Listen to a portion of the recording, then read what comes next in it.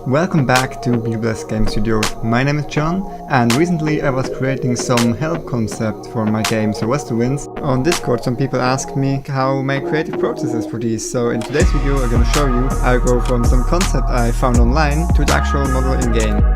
Now without further ado, let's get started.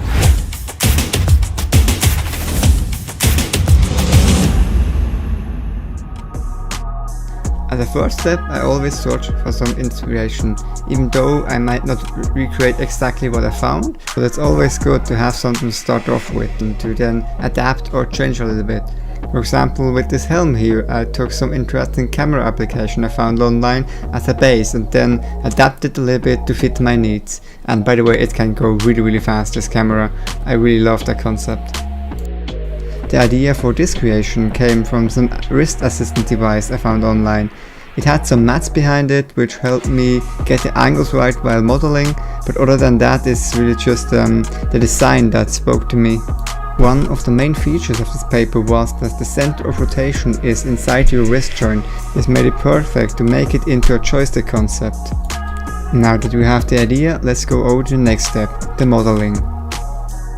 When it comes to modeling, I'm a bit special. As some of you might know, I'm actually not a full-time game dev. I still have my main job as an engineer. So to me it is actually more natural to model in a CAD, and especially with these mechanical designs, a CAD makes way more sense as we have constraints. These constraints are really great if you want to make mechanical designs, because I can for example take two holes and join them together, and then all the axles and translations get locked, other than that one that should move. As soon as I have then modeled everything in the CAD, I can port it over to Blender, because it's still easier to model the other stuff in a conventional modeling program, because they are made to model and the CAD is mainly made for mechanical construction, so that's why I use both. One thing that's a little bit annoying about this process is that as soon as I port it over to Blender, all my constraints are gone, so I have to redo them. In this case here, I used a rig to mimic the same functions, so I don't have to make all these constraints again, which is then also easier to import into Unity. And now that we have the joysticks working again in Blender, we can start with the rest of the chair, of course.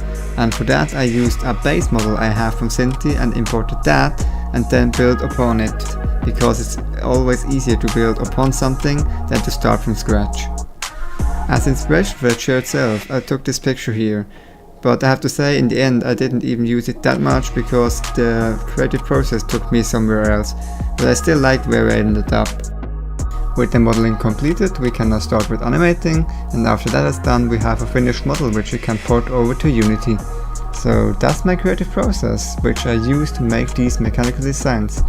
I hope you enjoyed the video, and let me know down in the comments if there is anything I should go further into. And with that all said, thank you very much for watching and have a blessed day.